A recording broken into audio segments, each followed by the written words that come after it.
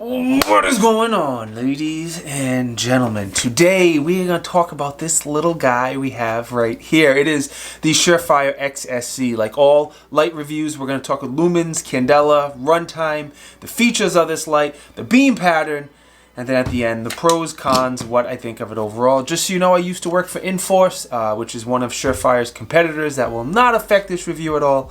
But I always like to put that out there right away in the beginning of the review. Okay, lumens. This little guy has 350 lumens. And what you're going to see in this review is a lot of the features, performance, will have to be sacrificed with a light this small. It's a very, very small light. And a lot of your runtime lumens, candela, etc. aren't as high as some of the competitors. Anyway, 350 lumens, which isn't a ton. Lumens is pretty much how much light comes out of the flashlight. As far as candela, candela is going to be the higher the candela number, the tighter the beam, the further it throws.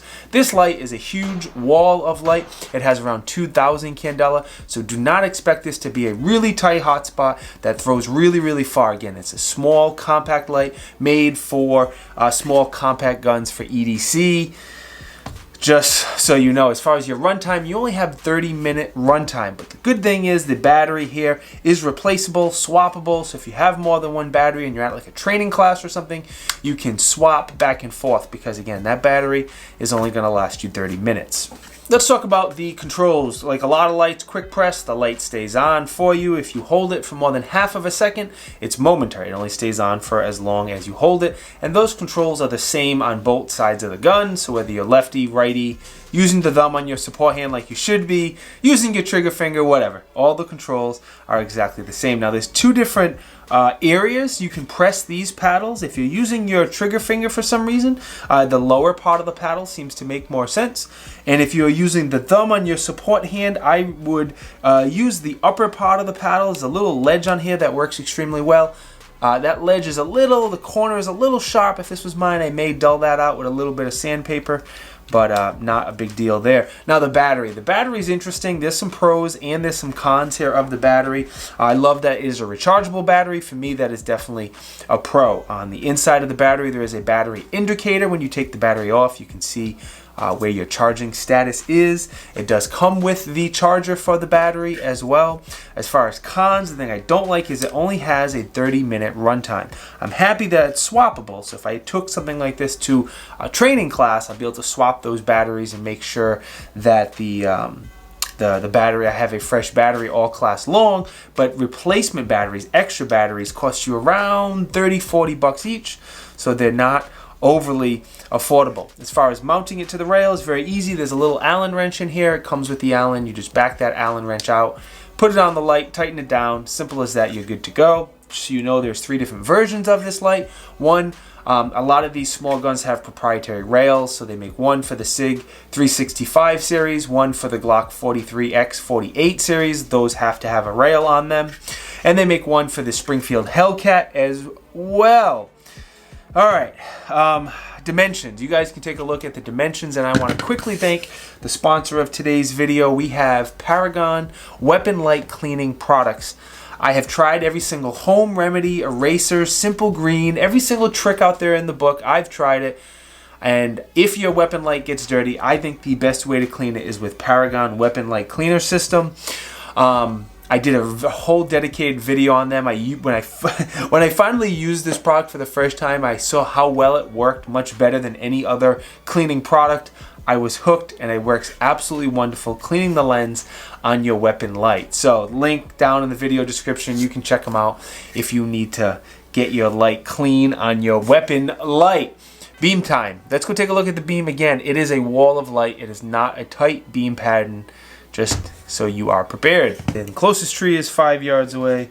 Next tree is 10 yards away. And then that fence is about 15 yards away. Sliding on into the backyard. I'm going to start off at 15 yards. Now here we're going to slide on up to 10 yards. The Surefire XSC. Closest target is 10 yards, then 15, then 20 yards away. Not much of a hot spot here.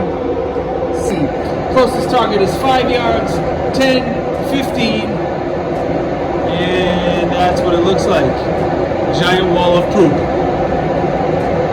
I told you the beam pattern was not great. This thing is a wall of light. Again, I will review it to the TLR7A sub, whatever the model number is, and you will see that beam patterning is significantly better for a smaller light. Anyway, the testing that I have done, I took it to the range a few times, to the outdoor range, did a lot of drawing from a holster, which is good for an EDC type gun like this, and also good for a small light.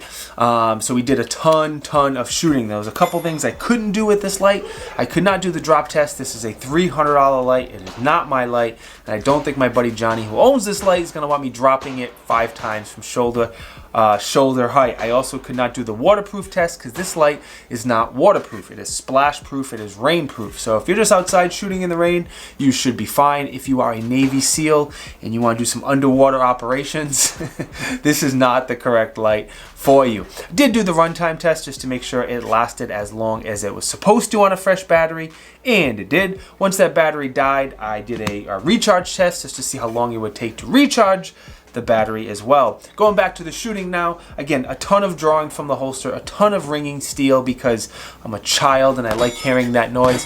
Of course, we shot the foam dummies a bunch because I love my foam dummies, and they are dummies and they get shot every single time I go to the range. We kind of set up, I was at the range with a couple of my buddies, and we kind of set up a mock tactical games. We didn't plan on this, but we started running and gunning and shooting at some distances like 50 yards with a pistol, and this little tiny gun is not made for something like that, but I held my own. I did pretty good. And every single time you missed the steel, there was a penalty, like 5 push-ups or 5 burpees, and we ended up working out more than we ended up shooting at the range, but regardless, it was fun.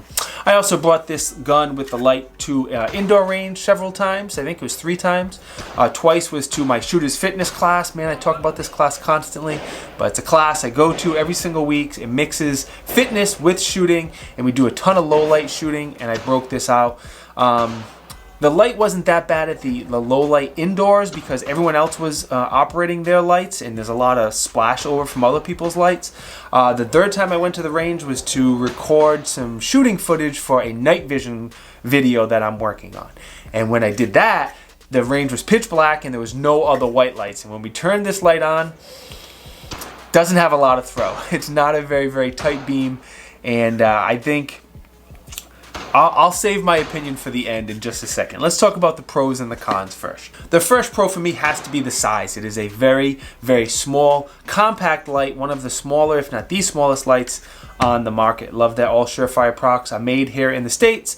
I like that it is a rechargeable battery, especially because it is a swappable rechargeable battery. I hate lights that you can't take the battery out. As far as cons, price has to be one. This thing is $300-ish for a very small light, and the battery is an extra $30 or $40. And again, if you decide to get this light because of the small package, you have to be okay sacrificing some performance.